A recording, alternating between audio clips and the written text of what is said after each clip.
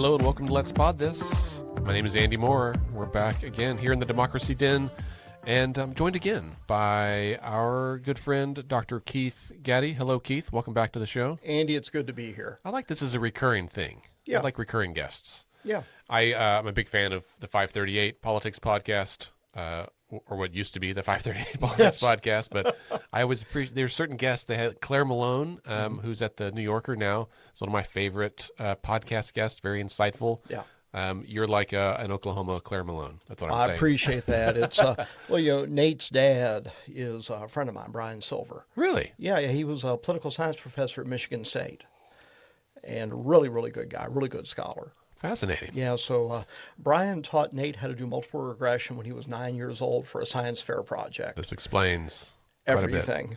Explains everything. I would love, there's not enough audience here, I don't think, but I would love for like Galen Druk, who's the host of that show. He has his own podcast now called the GD Politics Podcast. But if Galen and Nate and Claire, they just did a live show, or they're about to do another live show in New York, and I was like, man, I would almost fly up there just to go to that event. Yeah. And my wife would not at all understand or justify the cost. Keith, over the last couple of episodes that you've been on, we've looked at, how the game is rigged with gerrymandering. And then last time we talked a lot about how the old New Deal coalition fell apart. And I think today we're going to ask a tougher question. And that is, like, has American politics moved from hope to grievance? And can we ever get hope back? I know it's a big question, and I know we were texting this week. Ezra Klein recently on his show, he had an interview with Ben Shapiro, a conservative. Right. They're two sides of the same coin, right? Like they're very similar in style and background, and they talked a lot about grievance politics, and it was admittedly a bit of a new term for me. I thought I had a grasp for what it was just based on the title, but I think there's a lot deeper, and I think some really important implications, right, for like where we are today. And so, the last time you pushed me with a tough question about what does a winning liberalism, right? Like this is the classical liberalism, not necessarily leftism, but and so I think today I want to kind of flip that and ask, is hope even viable anymore? I know, we talked about collective goods and shared prosperity. Maybe let's start, though, by describing what grievance politics actually is. Well, grievance politics sort of evolves out of aspects of our reconciliation of how to make the American ideal real for everybody, right? How do you make the promises of the Declaration and the Constitution, the Bill of Rights, habeas corpus, how do you make all of this real for everybody? For everybody. For everybody, irrespective of race, creed, color, or national origin, right? So, and various other identities, okay? It's real for everybody. And part of that goal is to knock down the systematic and explicit barriers, right? And that's what happened with the knockdown of Jim Crow in the South, for example, and the knockdown of Jim Crow in America, because Jim Crow was not just a Southern institution, it was a national institution. Ask any First Nation member, and they will explain to you how Jim Crow existed in the West. Sure. Right?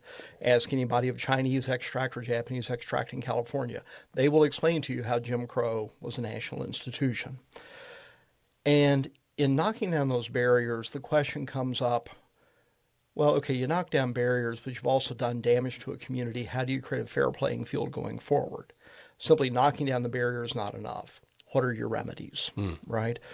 Remediation. And this is where grievance starts in two directions. One is that people will come and say, I have been discriminated against. My forebears have been discriminated against. This requires restitution or remediation. It requires a remedy. And now we're in the business of either transferring effort or wealth or opportunity through preference to people based upon identity and experience, right? For those that are not enjoying that advantage anymore, they see that as something taken away from them. And that creates their grievance. Okay, so you have the perception of grievance arising from historic discrimination on the one hand, and then you have the response that I, who did nothing to discriminate, am being called upon to subsidize someone based upon past discrimination. And this is where it all falls apart, Andy. Let's make this tangible with a specific example that I can think of, and that's Yeah. affirmative action as it relates to college admissions. Yes. Right. So, let me explain it, and then tell me if I'm wrong on understanding this. But, historically, right? So we'll say in the black community at large, like, did not have the same access to attending elite institutions, right? Right. Cost being a huge thing. It's prohibitive for lots of people. Yes. And some of the, wealth inequality was built on a history of, segregation and slavery and all this stuff, right? So at some Yes. point in the 80s or 90s, there was this move towards affirmative action saying, well, we're going to secure some spots for black Americans who are applying to college to ensure that we can help give them more opportunities because they were not afforded them in the past, and we're trying to make up for that. And so their grievance was, hey, we've been left out. We should be able to come to college. And then in response, white students who felt like they were not allowed to attend because their spot was taken up by somebody else, now they have a grievance saying, well, this is not fair to me now, even though I didn't do anything to them back then. Is that a good example or a bad example? Yeah, it is. And in terms of time, it really starts in the 1960s, goes into the 1970s. Okay. And part of what happens is affirmative action has always been on tenuous legal ground because the decision that affirmed it was basically what we would call a 414 decision, right? I know this sounds like a defensive formation, but this is the Supreme Court didn't knock down affirmative action in the late 70s. They did not uphold it per se. They gave it a conditional approval. And ever since then, it's been litigation pushing back and pushing back. And the complaint that was brought at the time was that a white individual who met all the admission standards of somebody who was not white, who had been given a preference to get into, I think it was law school at University of California, I'd have to go back and check, that they were pushing back against affirmative action because they should have been admitted. Their slot was taken, right? And you look at some of the rhetoric that goes around regarding affirmative action, the most objectionable will say things like, quote, my space, end quote, was taken, close quote, by a black woman, close quote. I put all those quotes in so that we are not taken out of context, okay? Because I'm not saying that. Right. Okay. And we're in an environment now where I have got to put all sorts of markers inside any effort to create a hypothetical. But that is the example. And one of the challenges when we talk about affirmative action and we talk about remedies of this sort is, are they really identity group remedies or should they be economic remedies, right? Should this be a remedy to allow the working class to aspire, to allow a student who went to a bad school, irrespective of race, creed, color, or national origin, to have the opportunity to perform in that entry level at a better institution? There have been different efforts to try and make this happen. So in the state of Texas, one thing they do is the admission standard to get into University of Texas and Texas A&M. They used to have a thing called the 10% rule, which is now the 5% rule, that at your high school, if you're in the top 5% of your class, you're guaranteed admission to UT or to Texas A&M. You can get into the two flagships. And when I was at University of Oklahoma and now at TCU, we call ourselves the 6% institution. For those kids that can't make the top 5%, we go get them. But if you look at University of Texas in particular, it has this incredibly diverse student body. Just by virtue of having this 5% rule, they get the very best kids across the board, irrespective of national origin, across the state of Texas. Just based on academics. And it also sometimes leads to some strategic enrollment choices by people, which is they'll enroll a very bright child in a substandard school system because they know that they'll get the 5% out of there. So there's some gamification that goes on too. By the parents. Yeah. That's interesting. Yeah. I went to high school just north of Austin, and I remember the 10% rule at the time, and I chose to come to college in Oklahoma. And I remember thinking, this feels like a foolish decision when I can go to school for automatically. I mean, I could get enrolled at UT just down the road. And a number of friends that did that. And I've always wondered like what the long-term implications were for the university. Right. Presumably good students in high school are going to be good students in college, are going to be successful high earners, which might be donors back to the university. So there's like a not self-serving, I guess a little self-serving, but like there's a incentive for the university to also want to attract the best students just for their own bragging rights, if not their bottom line. Yeah. And so going back to the point at hand about grievance, in this particular area, part of where grievance came from is a perception among different publics of how much progress had been made. So by the early 1970s, when you survey Anglo-white Americans, Anglo-white Southerners, they will tell you that the things that need to be done to ensure racial equality and racial opportunity have been accomplished. We've made all the progress that we need to make, and we don't need to do anything else. We've gone far enough. But then if we survey other communities, the African-American community, the Hispanic community, they will point out that simply leveling the field and unlocking the door is not enough, and there's much more work to be done. And this points to a variety of differences that occur in America regarding different perceptions of the same thing.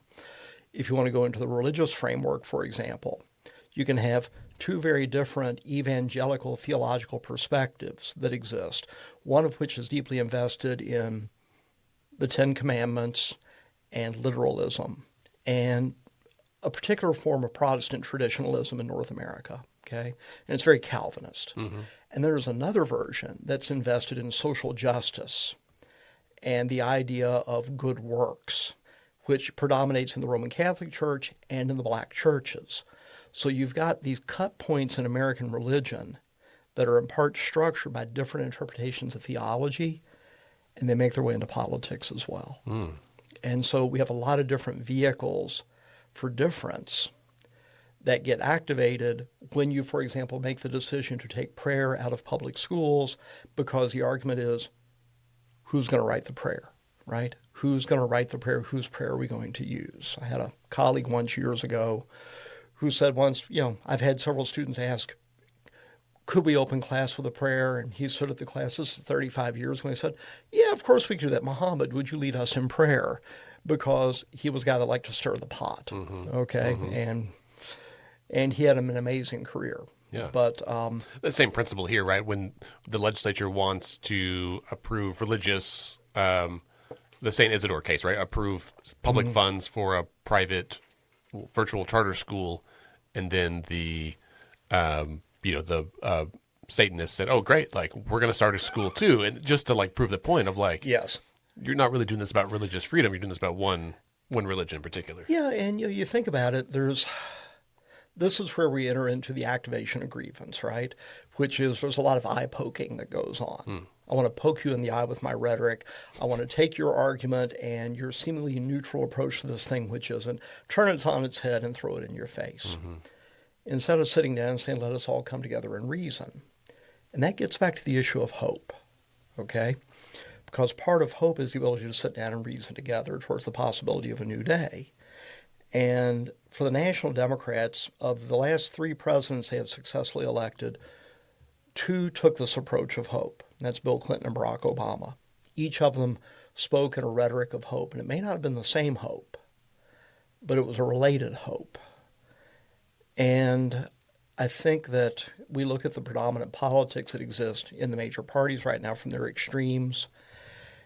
The edge on grievance and the edge on the need for restitution in all directions mm-hmm. is exhausting. And all it does is give weaponry to the other side to beat the other party about the shoulders and about the face. Yeah. So grievance politics happens on both sides? Oh, yeah.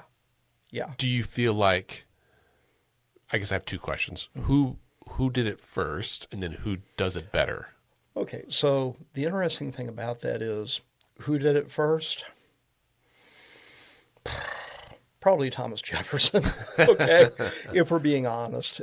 Yeah, I mean, the nature of grievance and access goes all the way back to the framing and founding. I was going to say, is the Declaration of Independence essentially is that a grievance document or a hope document? It's both. Well, it's both, because no thing is ever any one thing. Right. And the Declaration of Independence, to a great extent, is an indictment of the king.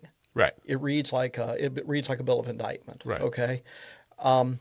But this weaponization of issue and this weaponization of compensation, if we're going to progress, the first thing we have to do is let go of who went first. Mm-hmm. Okay.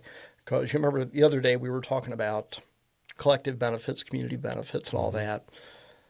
The thing about game theory is that if everybody acts in their own self-interest without consideration of the collective interest, we usually end up in what's called a race to the bottom. We end up in a bad position, okay? Because to get in a better position, we have to cooperate. And a guy named Robert Axelrod at University of Michigan talked about this, and he said the solution to a prisoner's dilemma game where everybody's only acting in their own self-interest is at some point you have to signal that you're going to cooperate, and then wait for the other guy to signal that he'll cooperate. And you may wait a couple of turns for that to happen, but when they signal they want to cooperate, you'll signal you'll cooperate too, and we end up in a better position. Mm.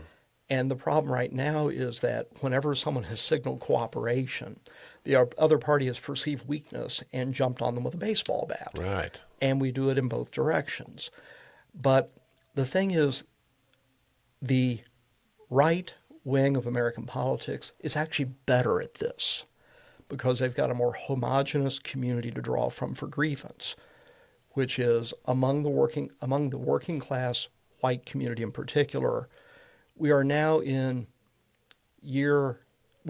decade 6, nearly into decade 7, of hearing about white privilege mm-hmm. and the need to engage in restitutive acts, right?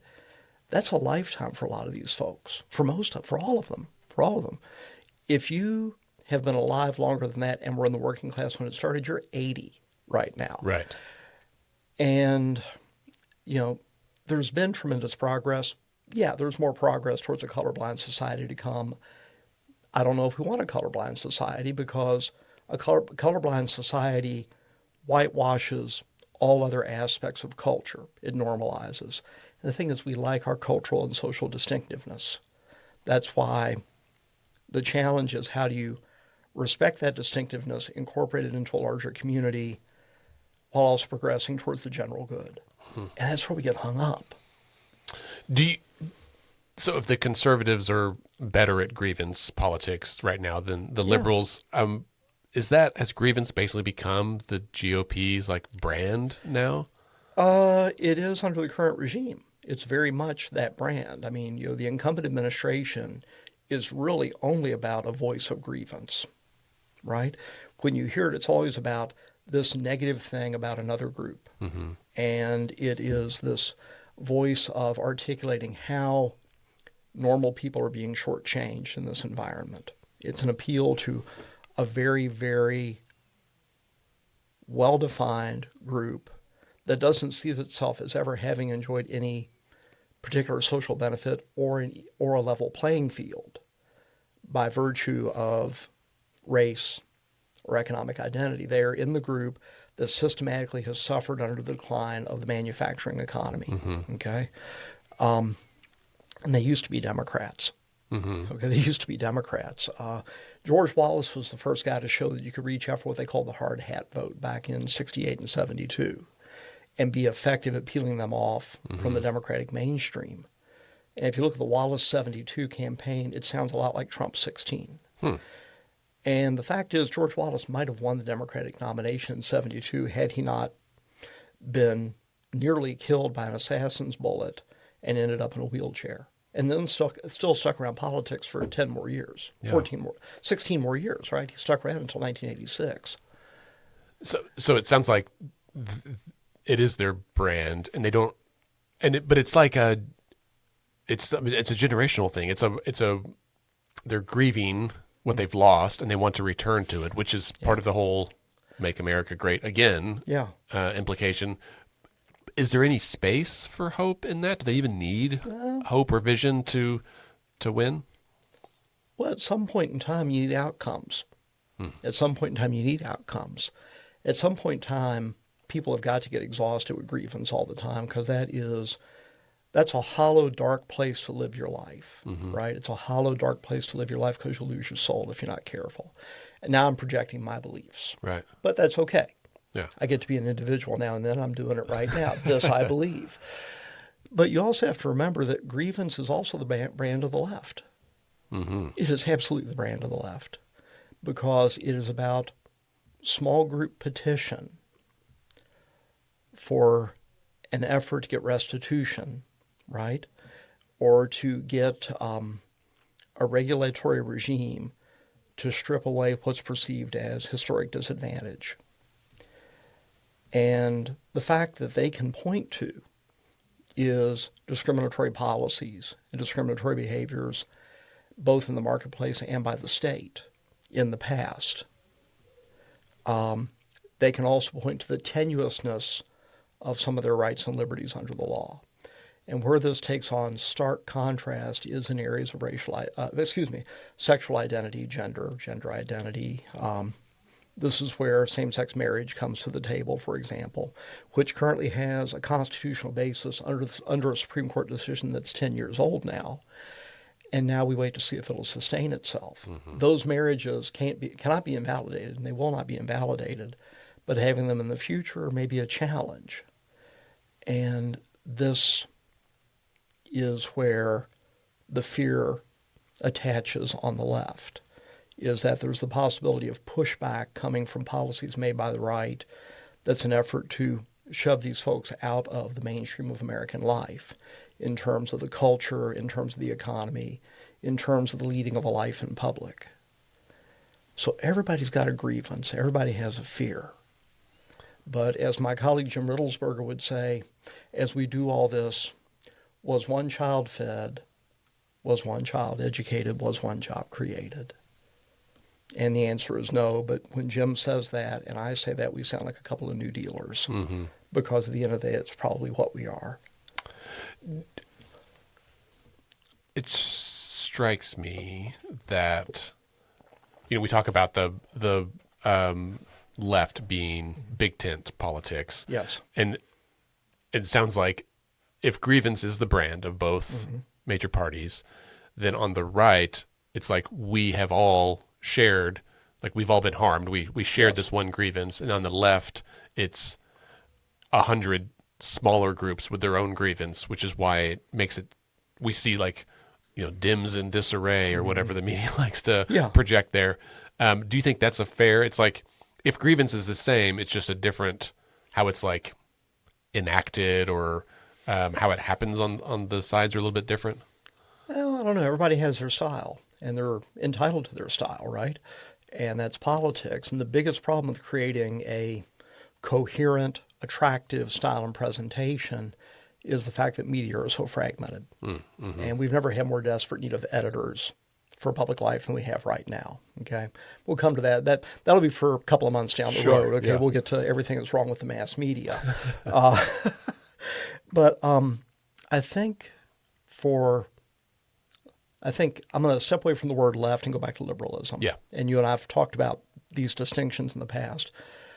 For American liberals, they've had the privilege in the Democratic Party in the last 35 years of not having one but two once-in-a-lifetime presidential candidates in terms of communication. You're referring to Clinton and Obama? Yes, absolutely. Two different versions of the same man, okay? These are men that were unlikely nominees. You weren't going to nominate a Southerner for president in 1992 until you did. You weren't going to nominate a black man for president in 2008 until you did. Both of them grew up in single-mother households, right? They grew up in the working class, okay? They grew up in small states out of the mainstream of American life, Arkansas and Hawaii. And somehow they got positioned based upon a combination of opportunity, talent, and political skill to become presidential nominees in their 40s. I mean, they are remarkable in that respect, right? They really are remarkable in that respect. I mean, Obama's 47, Bill Clinton is, 44 when he's nominated for president, 45. And now the Democrats are in a, for lack of a better way to put it, there's a thing we talk about in higher ed. We're calling it, what do we call that? We've fallen off the ledge on enrollment, and now we're in this gulf, okay? The Democrats are in a bit of a national voice charisma gulf, in part because we're in the midst of a generation of political talent that predominantly went to the GOP across the nation, and the GOP became the dollar ambition party in much of the U.S., especially in the smaller states. So the Democrats have yet to find that singular voice. But we have to remember that Obama and Clinton both kind of emerged out of nowhere to become the nominees, right? They weren't expected, yet there they were. And now the Democrats go looking for this. Donald Trump was an unexpected nominee.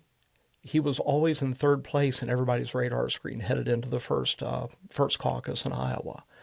And he consistently won with small margins in crowded fields to get the nomination. But the message he articulated was one that had been sitting there waiting for a Republican to pick it up. You know, this populist edge, this grievance edge. And no one in America is better at articulating a grievance than Donald Trump. That is his brand. He has a masterful charisma when it comes to that. And that's probably going to end up in a campaign ad, so that's okay. But a masterful charisma about that. And it's honed and polished by 40 years in the public eye. Yeah. But it's been said that Donald Trump speaks and lives in the manner that a working class person thinks a billionaire speaks and lives, right? He talks like a guy from Queens. He's got garish and outlandish tastes, right? But it is like a cartoonish version of a billionaire. And it plays. It's professional wrestling as politics. Right.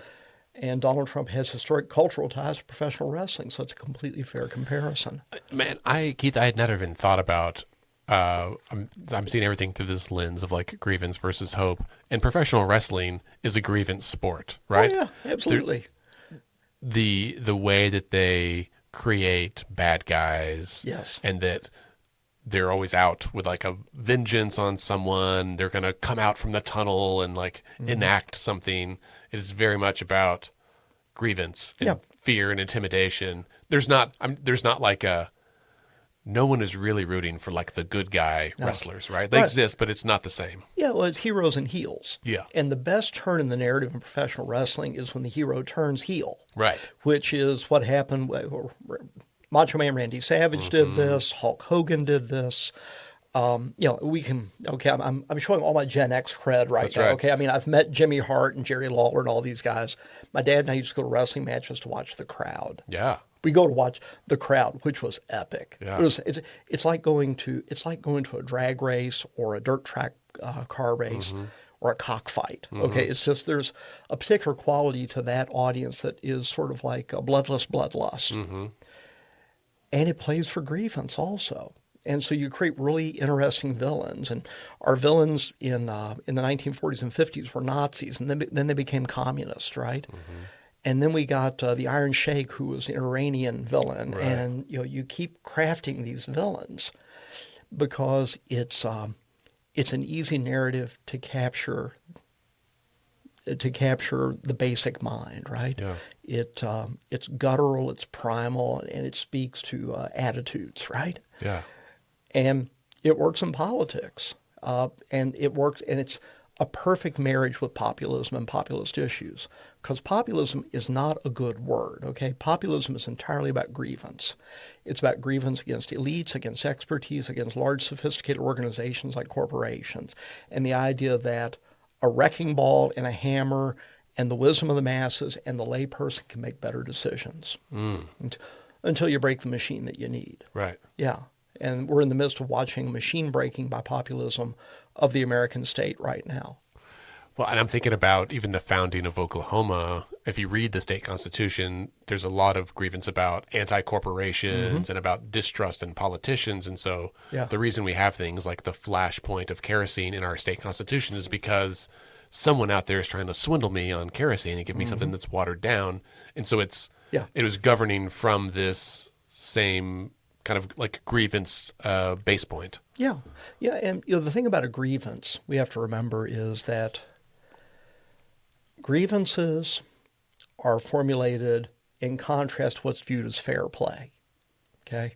All this fits the notion of fair play, which is if I show up sincerely with my dollar, seeking an opportunity to buy something in the marketplace or to do something, I should have the opportunity to receive it, and I shouldn't get swindled. And all of these grievances we've talked about, irrespective of race or gender or identity, fit that space, that notion that we don't want to get screwed. And everybody feels like they're getting screwed right now. Right. Yeah. And, we have the billionaire victim in American politics right now. God forbid I should have to pay some taxes in this nation of temporarily embarrassed former millionaires, right? Yeah. Yeah. So on some level, grievance is exhausting, right? To people around. Like no one likes being around someone who is perpetually aggrieved. And if Clinton and Obama sold us on hope and Trump sold us on grievance, which one of those actually has a future? Do you think, is there some point that we can anticipate, not that you have a crystal ball, but is there some point that we can anticipate that Americans might say, enough, we're tired of this. We want a vision for the future that is aspirational and not just aggrieved? This is where, and this one's for a different audience, but this I also believe, Christ did a pretty good job of this amidst the Roman Empire all the way to the cross. And it took 300 years to take inside the Roman Empire, right? And then it endured for 2 millennia. So it's permissible to have a message of hope and have it stick, in part because that message of hope is meant to sustain you through difficult times, right? There's an old saying from William Butler Yeats, the Irish playwright, who observed that being Irish, he had an abiding sense of tragedy which sustained him through moments of joy, okay? That's all a question of how you baseline, right? Right. But part of the challenge with grievance right now is everybody's looking for government to either, not everybody, many people are looking for government to either engage in guarantees for them or effect transfers to bring back advantage and opportunity to them, or they're looking for government to punish people they don't like, and often both at the same time from both directions. I think hope exists outside the state, the conceptual state, right? And that you have to look beyond government, beyond the state for the sources of hope.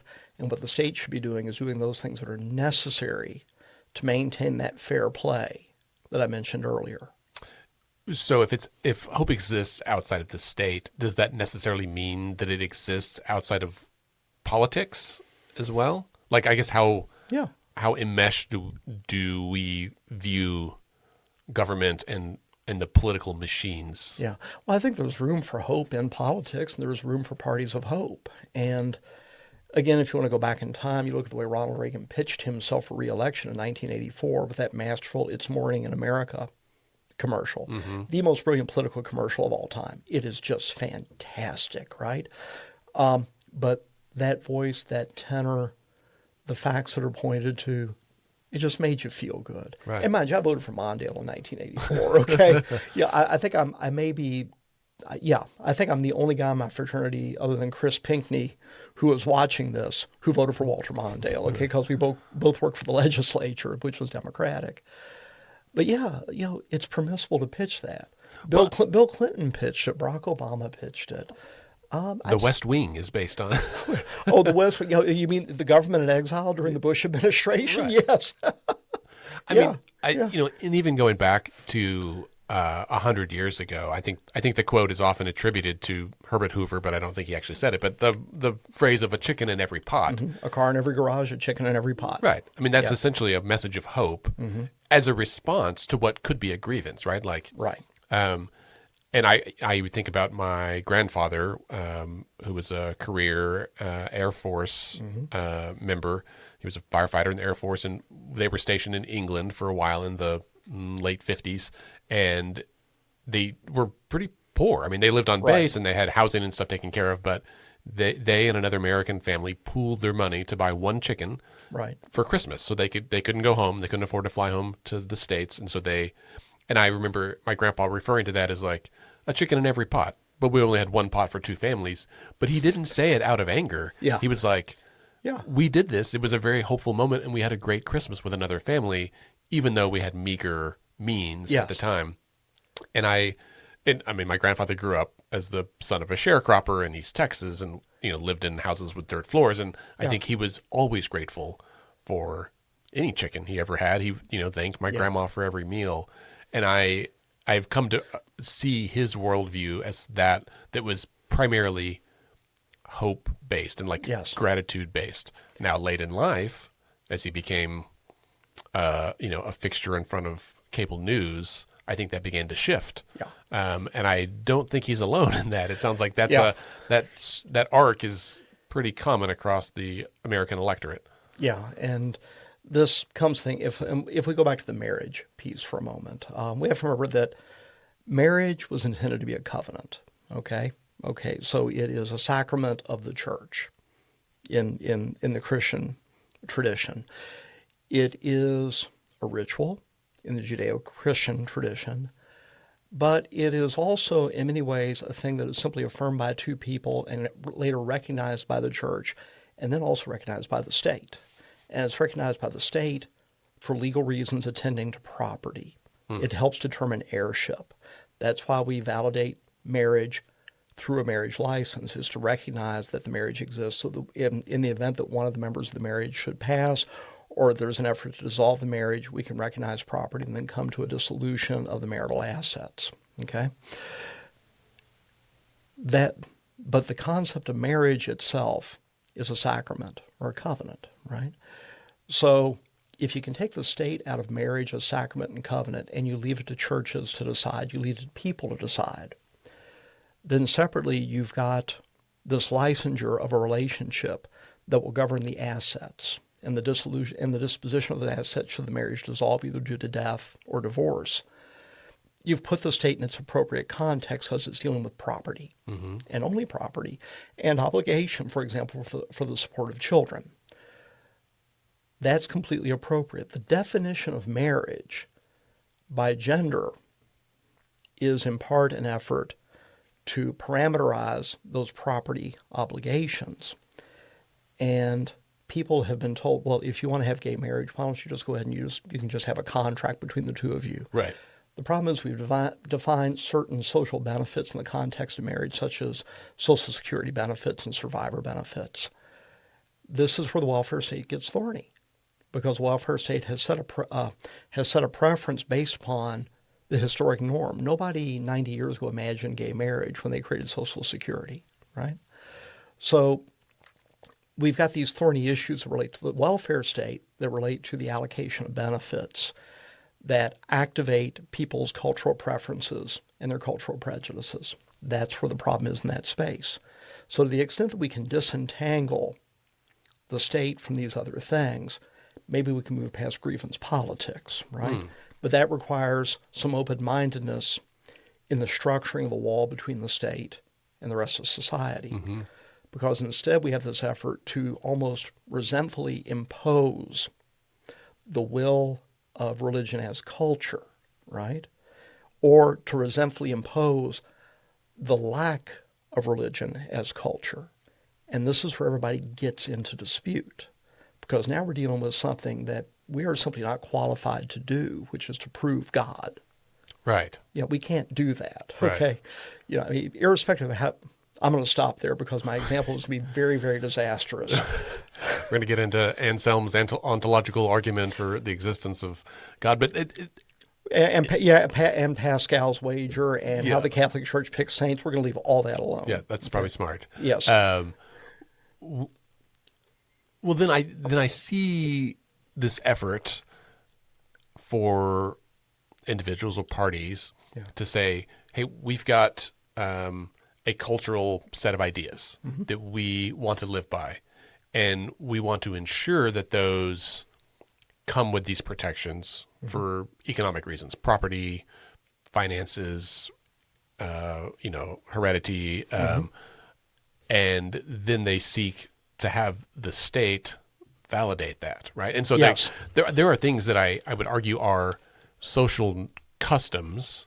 For example, having gender segregated bathrooms. There's no law that I'm aware of that requires men and women's restrooms, and in many places have unisex bathrooms.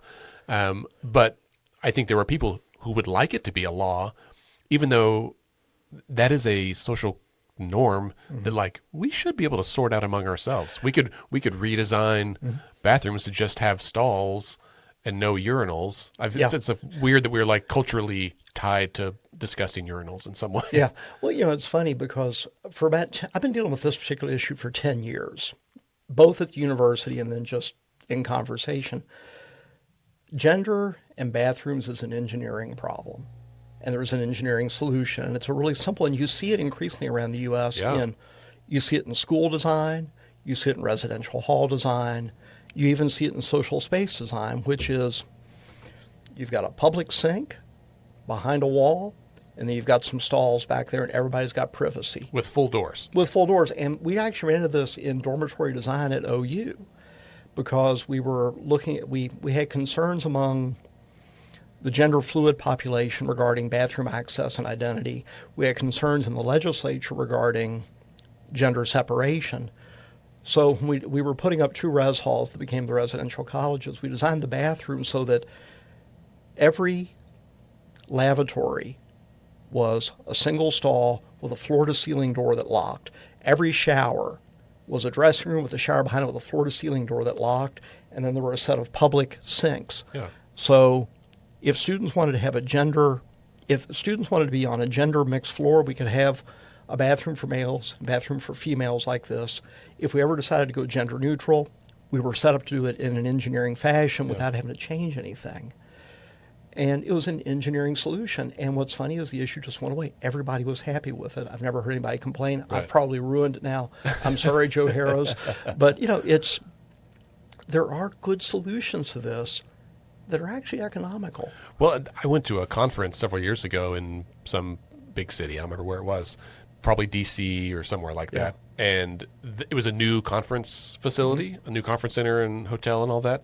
And they just had bathrooms. And some people were like, which one do I go in? And they were like, just whichever one you want. Yeah. And the moment they walked through the door, they felt better because you'd walk in and there are people, men, women, whoever, like washing their hands, and then just like a wall of stalls. And it was the first day you could see people being a little nervous. And then by the second day, everyone was just like, I'm going to go to the bathroom. I want everyone to leave me alone, honestly. I don't care what gender you are. I'm here to use the bathroom and leave. And the thing is, and this is where the engineering trick is very important. You design these spaces in a manner that they're not dark and dirty and secretive. Right. Because everybody's fear in this issue, everybody's fear in this problem is the notion of violence and victimization in a space that you cannot escape from where there are no eyeballs and you can't have privacy. Right.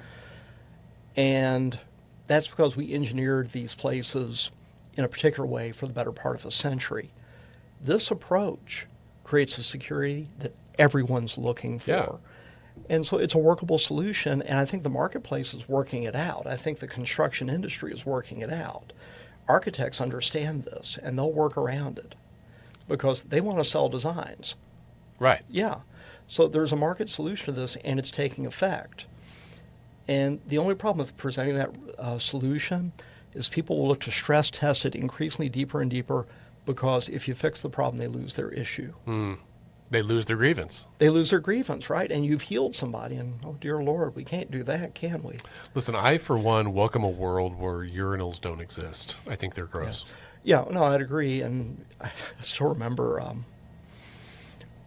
in high school, at my high school, what they would do when they'd have women's basketball in our gym because the gym locker rooms were designed for men, what they would do is they would put plants in the urinals as planters. So there may be a future for urinals in this respect. There you go. Okay, which is you can just turn them into self-watering planters or something. Nice. But Cleans the air too. Hydroponic planters. Yeah. I don't know. That's funny. But yeah, you save money. And with honestly, my dad was a master plumber, so I grew up on this stuff. With the advent of the low-flow flush, any efficiency you ever have with a urinal has gone away. Right. Yeah. Right. Yeah. All right. Well, now we've gone far afield, but let's bring it back to liberals and conservatives in this kind of grievance culture. It strikes me that if liberals keep narrowing their tent to all these micro grievances, that conservatives really never have to change. Right. It is much easier to run a platform of, one big grievance or a few big grievances that are shared, Right. than try to organize a myriad of people with 100 micro grievances. Yeah, and part of what you do is you open the door to start picking off constituencies. And it's just going to fall apart, right? There's Right. like you fracture among all of those lines. Exactly. And anybody who pays any attention to politics, they know where the fractures in the lines and where the micro constituencies are. We don't need to elaborate those. But the conversation I've been having for the last several years with students, with the media, you and I have talked about this on the side, is that 1% problems don't win in politics unless it's about trying to get rid of taxes, which Right. is the billionaires issue, right? But dealing with issues that deal with these 1% micro constituencies are generally not winners for the vast middle. And at some point, the vast middle says, they say, okay, well, what about kitchen table issues, right? What about the cost of fuel? What about the rising cost of housing? What about opportunity and access for my children to come in and aspire to a middle income, middle class style of living? Last time you and I got together, we talked about the costs of education and higher ed. We didn't address the idea of other forms of education, such as vocational and technical, which we have more need of, which can fuel well-paying jobs, where it's highly variable from state to state how well we deal with it. But dealing with those issues also requires rethinking the model in general. But if we're so busy hung up on 1% solutions, we can't systematically think about how do you move beyond the industrial high school. Right. Yeah. And the industrial high school has nothing to do with VOTEC. It's the idea that you've got a large structure with a set curriculum, with people coming in set periods, going through a curriculum in an approach. And education has been evolving away from the industrial model for 3 decades.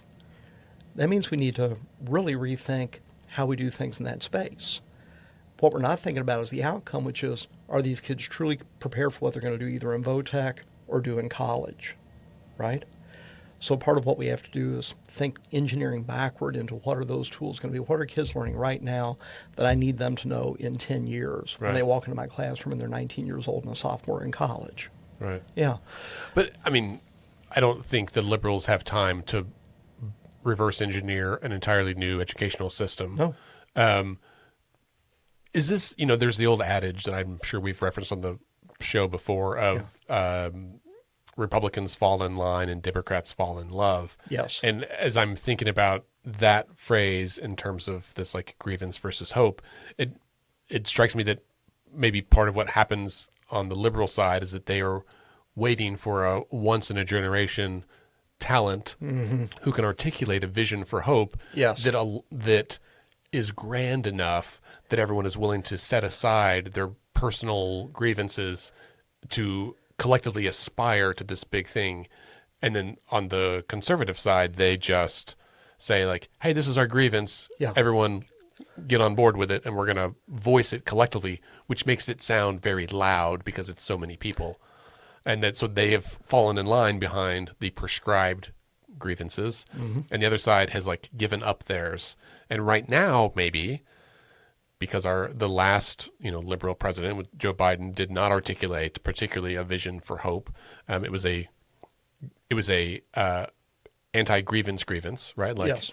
and if there's a whole generation of voters who have no idea what hopeful politics even looks like or sounds like. And so even if it emerged from the wilderness, it would be so foreign to them, they wouldn't know what to do with it. Yeah. And here's the thing, where this comes into play, and this is what conservatives are good at. Conservatives have learned how to talk to the working class. And in activating the grievance, they've activated the notion of economic opportunity. They've stolen the Democrats' working class economic message, because the working class in the United States, there is a large segment that is in trades or they're in service industries more so than trades. And they need collective bargaining. They need organization. But what's happened is there's this vast swath of what we might call the skilled trade working class. And these are you guys down in Moore, Oklahoma, or over in Bethany, who have got the 3-bedroom, 2-car garage with 1.5 baths, and they've got the minivan that they bought or the crossover that they bought that mom drives, and then they've got the truck with the pipe racks with the logo on the side that is their work vehicle. 40 years ago, these guys were working for a union contractor. Today, they are independent contractors. We are not seeing liberals and the left speak to them because the economic issue gets lost in the micro constituencies on the one hand, and then on the other hand, healthcare is esoteric, right? But they're not speaking to their as much as the left may address their issues, they're not articulating it. They don't articulate the argument to be with them. And what the right does well is articulates that because they don't speak about hope, but they speak about opportunity. And they engage that skilled tradesman as a small businessman, right? And one of our 2 U.S. senators in Oklahoma is a plumber, plumbing contractor. I mean, I get why he wins, and I get why he's effective.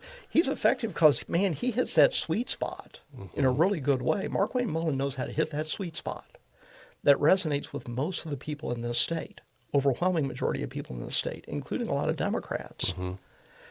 And you can't get past that. Right. That's what they do well, is they know how to hit that sweet spot with that critical constituency, which, to be honest, the Democratic Party ignored probably since about 1980, ever since Michael Moore brought it to our attention and Roger and me. We've been doing this for a while, okay? Well, and so the liberals' message of hope then has become, you can be like us, which necessarily creates an us versus them like dyad between the haves and the have-nots. Right. And the conservative message, while perhaps of grievance, is a relatable message for more people, and they can see themselves in the story of like, well, this, and so it flips it because it is like, we have the same grievance.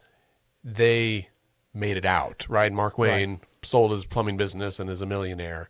Like, I can see myself doing that, even if it's not actually possible. Yeah, and say, so if liberals say, well, you can be like us, conservatives say you can be like you. Yeah. And I've always argued that conservatism is easy to sell because it doesn't ask of any change from a person who's already somewhat conservative. It asks you to do nothing except be yourself. Which is ironic given the messaging on the left. Except for the people on the left, which they want to have change or just go, let's be honest, they just want those people to go away because they're bothersome, right? Oh, you're bothersome people, please go away.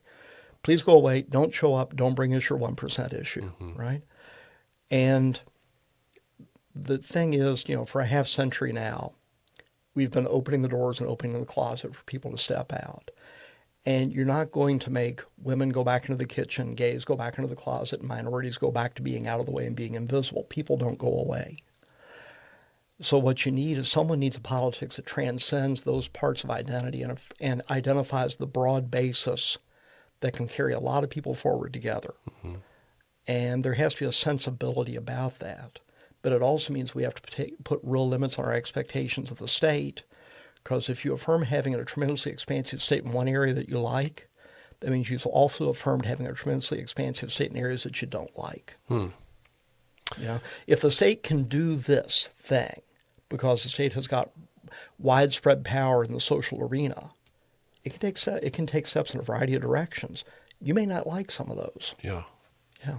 So, I mean, what essentially we're talking about through this whole episode is the tone of politics, right? Is it a grievance tone or a hopeful tone? What do you think it would take to make hope viable again?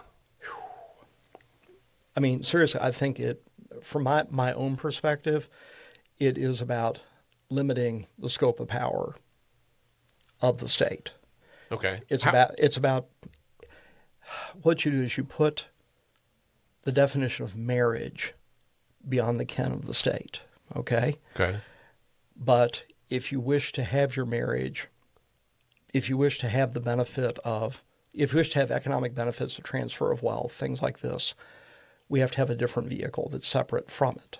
Okay. So sort of like, so not a marriage, but like a personal contract of some kind, something that is legally recognized. Yeah, and the thing is, and then the other thing we have to do is we have to accept the fact that federalism is going to do what federalism does, which is you're going to have variability in a variety of areas that are beyond the scope of the national government so that you can have local cultures.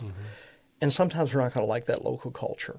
Al Hirschman, in his 1970 book, Exit, Voice, and Loyalty, talked about the three ways you can respond to government policy you don't approve of. One is that you can just leave. You can go somewhere else and get away from the policy. You can engage in protest against it, which is voice. Or you can just give in and be loyal to the state. But if you think about it, Americans, until recently, historically, about 1/3 of a population in any given urban area was born there and grew up there. Another third was born nearby, but then moved in there. They grew up elsewhere, they came there. And then another third was from way beyond, okay? So we've consistently had 2/3 of the population being mobile, at least in their state, 1/3 of the population being nationally mobile. I mean, I'm living in my 7th state in my adult life right now down in Texas. The problem is, do you have the ability to go? And if you want to talk about the limits of going and the possibilities that exist in going, I would tell everybody to go back and read Steinbeck. Yeah. Go back and read Grapes of Wrath. It's tough out there. Yeah. And sometimes you have to make the choice to go. And that's not meant to be, just grab your bootstraps, bucko, and step up. But it means taking a realistic look at the ability to change your community and change your state and ask the question, can I be who I want to be and have the life I want to have here? Or is there a better opportunity somewhere else? And then you act on it. We talk about that a lot in Oklahoma, right? I had a friend from another state this week ask, why do I still live here, given some of the negative things about it? And I was like, my daughter my youngest daughter has some special needs, and so she could undoubtedly be better served by some of the resources available in other states. We don't leave because I have 2 other kids. I'm not going to leave them here when they live with their mom part of the time. And so there's external forces on my decision making that I have to consider that mean not right now. And when my kids are older, well, now I've got, parents to consider or my in-laws to consider. And so there's lots of reasons that make exit not a viable option. And so you have people who feel stuck.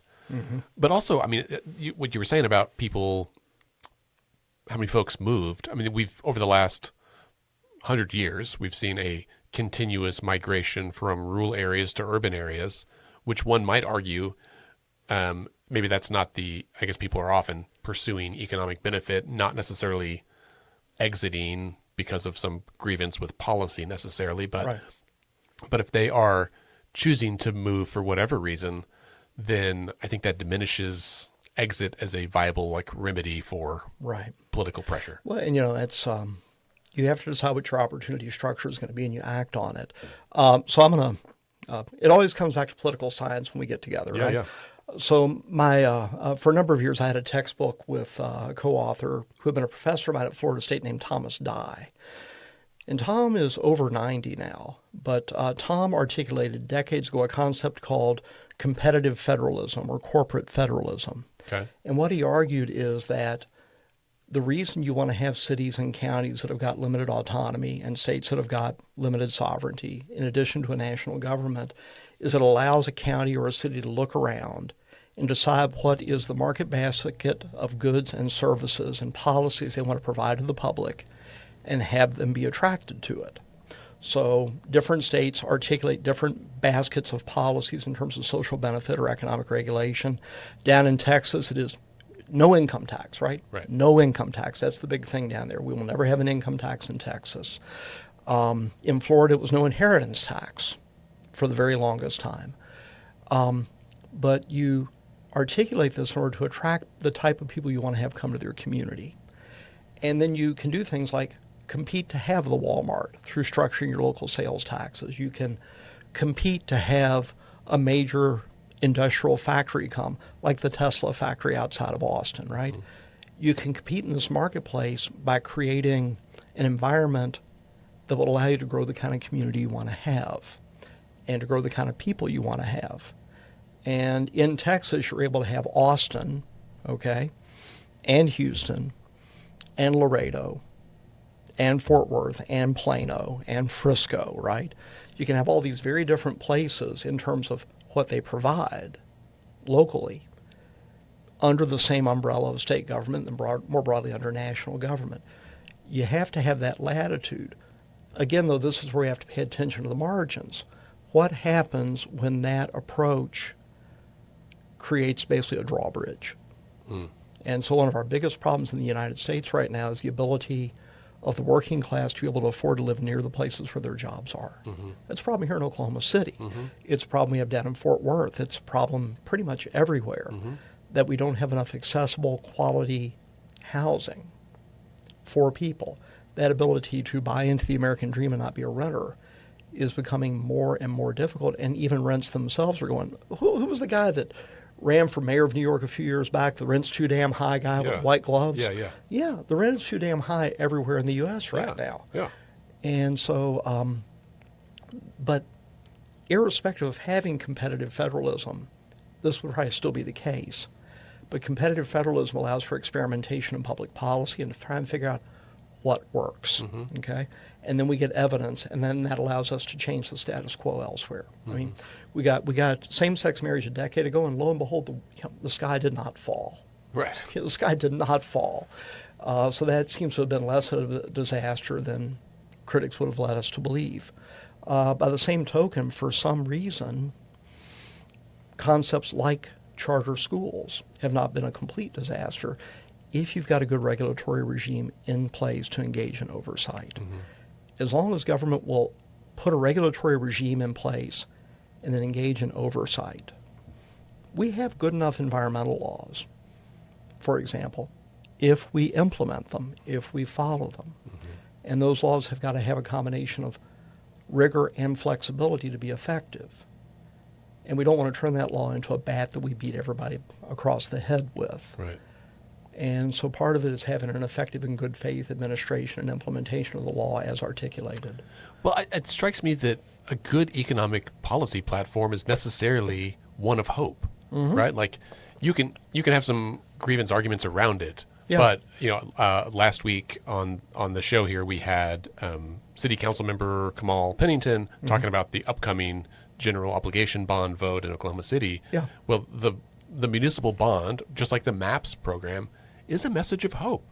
Look at what we can achieve together when we pass this, right? It's a collective impact. It is a message of hope. And I think Mayor Holt, arguably, is as a politician who is led with a hopeful message. Like that's very much his brand, which is in stark contrast to, other local politicians like Ryan Walters, who have very much embraced a grievance-based policy approach.